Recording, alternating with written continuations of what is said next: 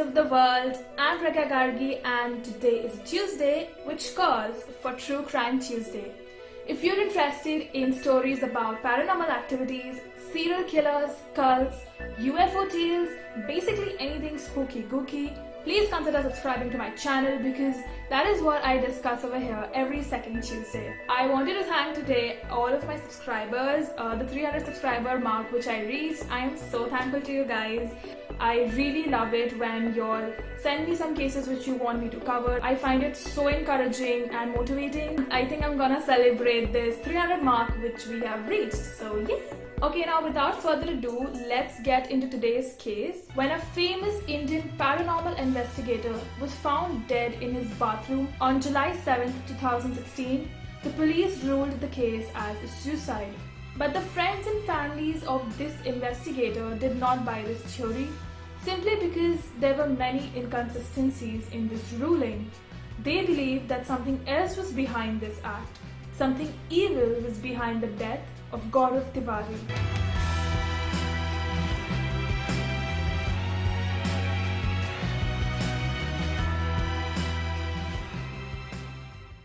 Gaurav wanted to be an actor when he was a child.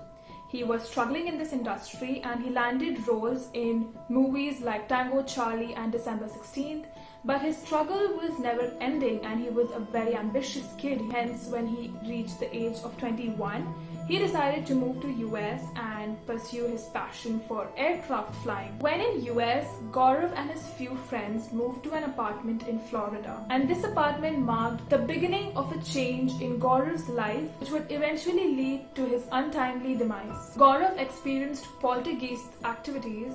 Poltergeist is a sort of a ghost or a spirit which disturbs or disrupts your life, and it makes its presence known by knocking, tapping, just making some sort of noise, moving furniture here and there. And Gaurav used to experience all of this. He saw windows and doors opening by itself and closing by itself, and one of Gaurav's flatmates saw a full-bodied apparition. That means seeing a shadowy form of a humanoid. It's called a full body apparition. So all of these events kind of turned Gaurav from being a non-believer in ghosts into a believer.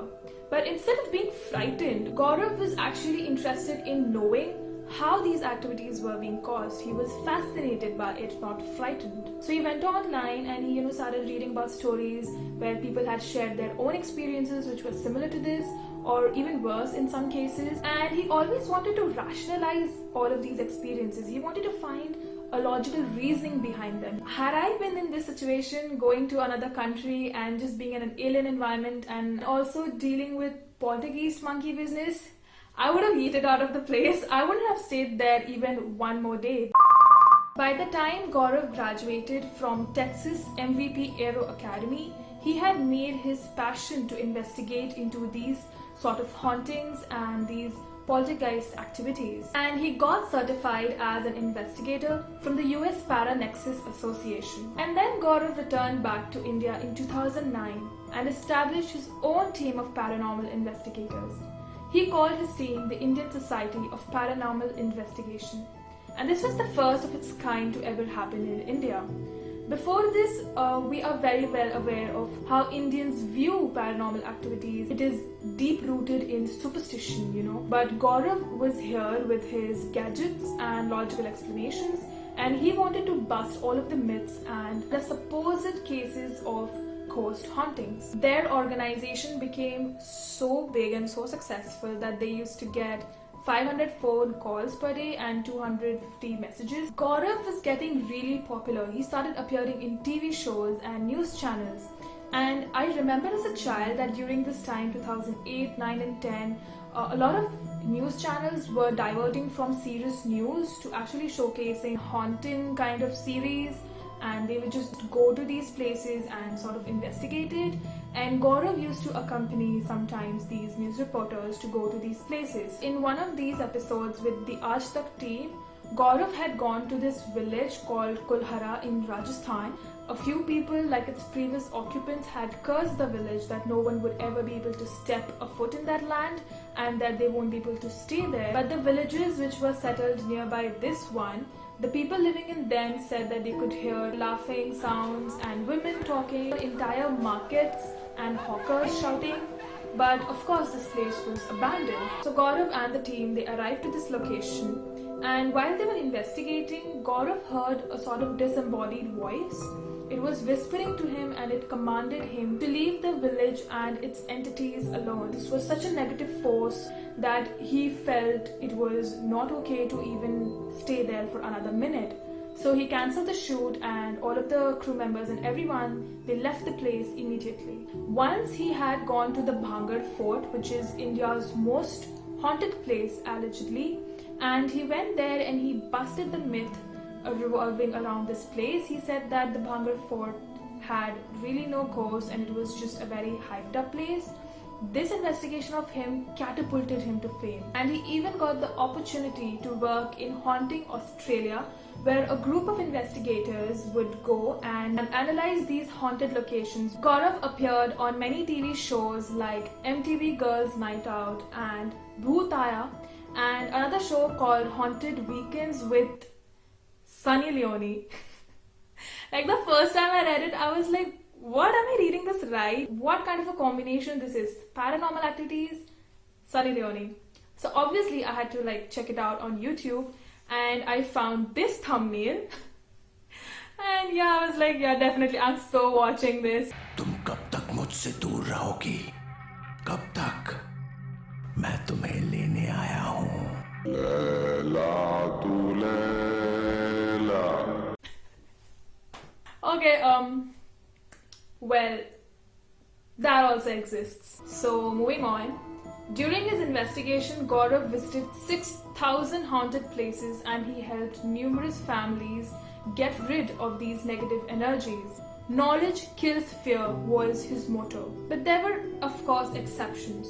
He said that there were some places he had visited and some entities which he had encountered which he really could not explain, and there was no scientific reasoning behind it. In one of the episodes of the Haunting Australia, he volunteered to lie down in the morgue. His co-workers, they pushed him inside with all the other dead bodies around him, and he laid over there for a couple of hours where he could hear taps and knocks, but he could not successfully catch a spirit or get its evidence. But he did catch the picture of a full-bodied apparition in Victoria's old Geelong jail where he visited, and in this picture you can clearly see that there is no one in the hallway, but in the next picture you can see that there is a sort of humanoid shadowy figure standing like a jail guard. He described him as the ghost of a jail guard standing outside a jail cell, guarding as he must have done 100 years ago. On July 6, 2016,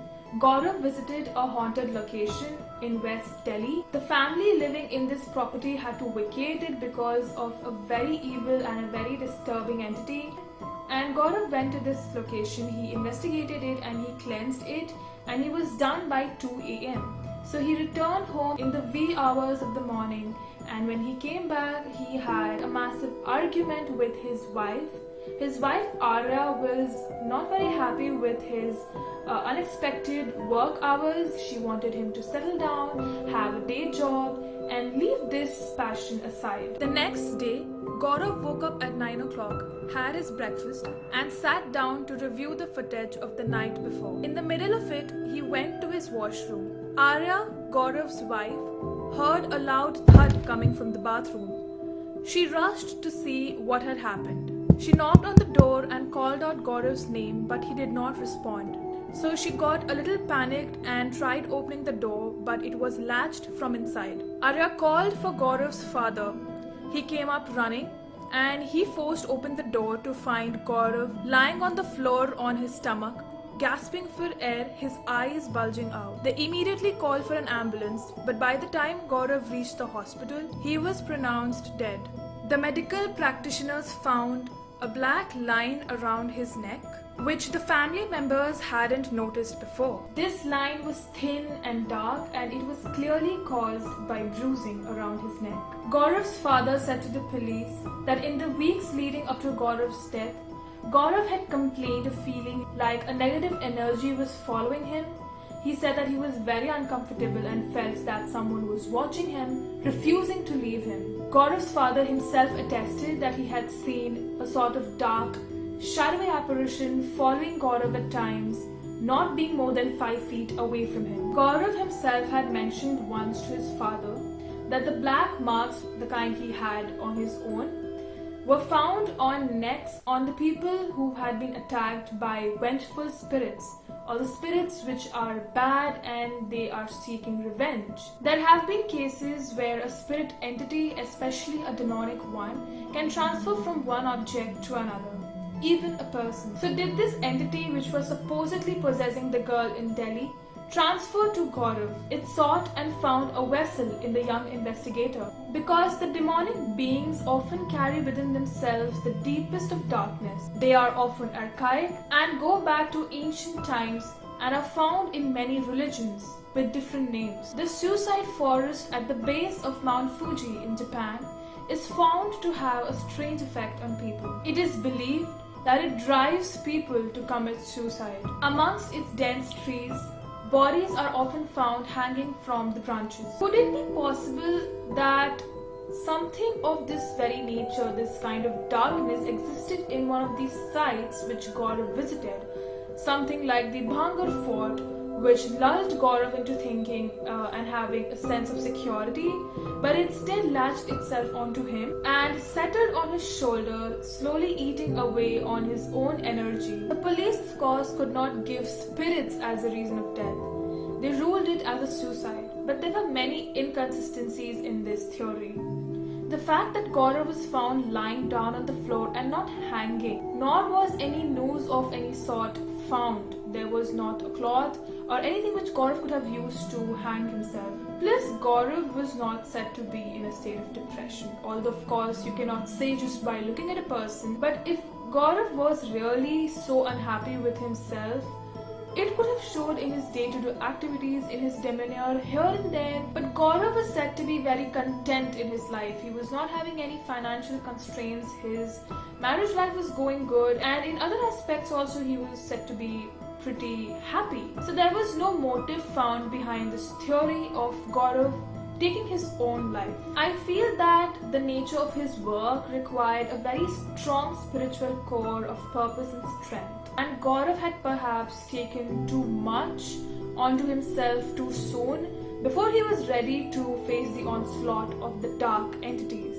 I hope Gaurav's spirit now finds the light which he brought to many individuals and families. A country which thrives on the tales of churels, bhoot, prets and dayans, Gaurav managed to infuse a culture of understanding the unknown in a scientific way. I hope we continue to view the unknown in a more rational way and carry on his legacy. That was it for today, guys. Thank you for tuning in to my video. If you want me to cover more paranormal cases, do let me know in the comment section below. I finally did an Indian video which a lot of you had requested me to do, and this case was very intriguing for me to cover. I explored a lot of areas which I hadn't initially, and I hope to do more and keep out bringing good content for you guys. Thanks for watching. I'll see you the next time. Take care of yourself till then. Bye bye.